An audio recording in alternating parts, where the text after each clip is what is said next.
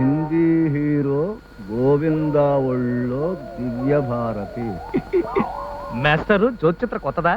Yeah, ఒకసారి ఇస్తారా చూసి ఇచ్చేస్తాను. సారీ, మేము ఇంకా బొమ్మలు కూడా చూడలేదు. మీది మీరు ఎప్పుడైనా చూసుకోవచ్చులండి. మాస్టారు అదేంటండి బాబా అలా వెళ్ళిపోతారు ఏంటండి? ఇయ్యా పని మీద పెడుతున్నాను.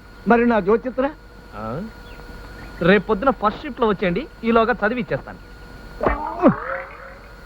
ఈడెవడండి బాబు? అప్పా ఏమండి, నా బంగారు తాడు తప్పకండి.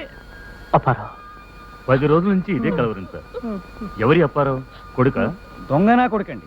మా బావగారు వాడికి 10,000 అప్పించి చేతులు కాల్చుకున్నాడు. అది విషయం, అందుకే నా మందులు పనిచేయటం లేదు. అప్పారా ఆ దిక్కుమాల 10,000 కోసం ఆసుపత్రి పాలై 5,000 వదిలించారు.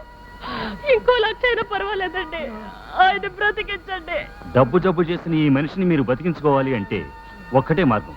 ఏమిటి? అర్జెంటుగా అప్పారావుని తీసుకురావాలి. ఎందుకు? మా బావగారు చావు బతుకుల్లో ఉన్నారు. ఆహా, ఎంత శుభవార్త చెప్పావయ్యా దాసరి రాఘవేంద్రరావు. మీకు శుభవార్తే. ఇప్పుడు మీరు హాస్పిటల్కి వచ్చి బాకీ 10,000 చెల్లించకపోతే మాకు ఆయన మరణ వార్త వినిపిస్తుంది. ఇప్పుడు రావాలా? పైగా బాకీ తిరిగి ఇవ్వాలా? ఇవ్వటానికి కాదు కదా, రావటానికి కూడా నాకు టైం లేదు. అర్జెంట్ పని మీద వెళ్తున్నా. బాబు అంత మాట అనకండి. రొమ్ములోంచి బయటికి తీసిన గుండెలా లపా టపా కొట్టుకుంటున్నాడు. మీరు వచ్చి ఆ 10,000 ఇవ్వకపోతే నిజంగానే మాకు దక్కడు. నా దగ్గర డబ్బు లేదా? మా దగ్గర ఉంది. అది ఏడీనా, అది మీకు ఇస్తాను. మీరు వచ్చి ఆయన చేతులు పెడితే చాలు. అలాగైనా సరే కుదరదయ్యా రాఘవేంద్రరావు. అవతల నా కోసం ఓ పెద్ద మనిషి ఎదురు చూస్తుంటుంది. దేనికండి? 2,000 అప్పిస్తానంది. మీరు ఎలాగైనా సరే తీసుకోవాలి అని చెప్పి కడుపు కాళ్ళు పట్టుకుని ఇంటికొచ్చి మరీ బతిమాలుకుంది. పాపం పిల్లలు కలది. ఎంత జాలేసిందంటే అంత జాలేసింది.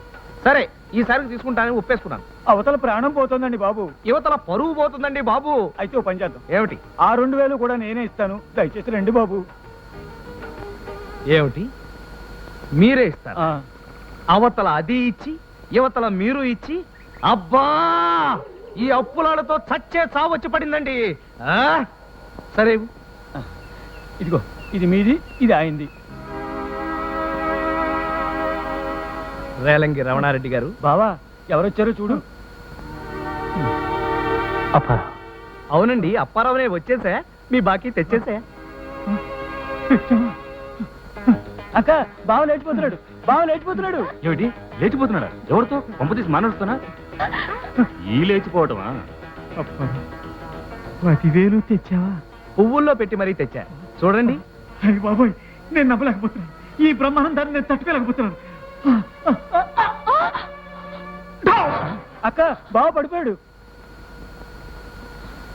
అవును, పడి పోయాడు. నేను బాకీ తీర్చకుండానే పోయాడు పాపం.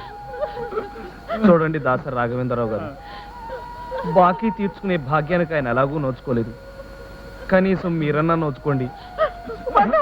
బాకీ తీర్చొద్దు, నా తాళి కూడా తీర్చొద్దు. పోనీ మీరైనా తీసుకోండి వాసిరెడ్డి రంగనాయకమ్మ గారు. మీ ఆయన ఆల్రెడీ పోయారు కదా. దొంగ చచ్చిరోడా, నీకు అప్పు ఇచ్చాక మా ఆయన పోయింది. ఇప్పుడు అప్పు తీర్చి నన్ను కూడా చంపేద్దామనా? ఆ డబ్బు నువ్వే ఉంచుకోపో. ఎవరూ తీసుకోపోతే ఎలాగండి బాబు? డాక్టర్ బాబు, ఆయనకు వైద్యం చేశారు కదా, మీ ఫీజు కింద దీన్ని ఉంచేసుకోండి. కాదనకండి. ఖచ్చితంగా కాదంటాను. నన్ను నమ్ముకుని చాలా మంది పేషెంట్లు బతుకున్నారు. పోనీ మీ హాస్పిటల్కి రెంట్గానైనా? వద్దు, ఇది గవర్నమెంట్ హాస్పిటల్ అనుకుంటాను. నేను గవర్నమెంట్ డాక్టర్ అనుకుంటాను.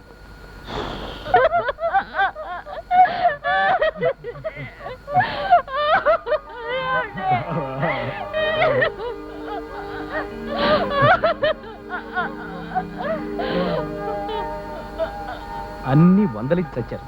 ఓ 10 ఉందా? ఉంది. ఎందుకు? అప్పు ఆటోకి. డాక్టర్ని నేను నీకు అప్పివ్వాలా? ఎంబీబీఎస్ చదువుకున్నారా? అప్పిచ్చువాడు వైద్యులు అన్నారు చిన్నప్పుడు. ఇవ్వండి. అవును, ఈ హాస్పిటల్లో వారంలోగా పోయే పేషెంట్లు ఎవరైనా ఉన్నారా? దేనికి? అప్పు అడుగుదామని. ఒకరిని చావకొట్టు చాలదు. ఇంత 10 తీసుకెళ్ళా.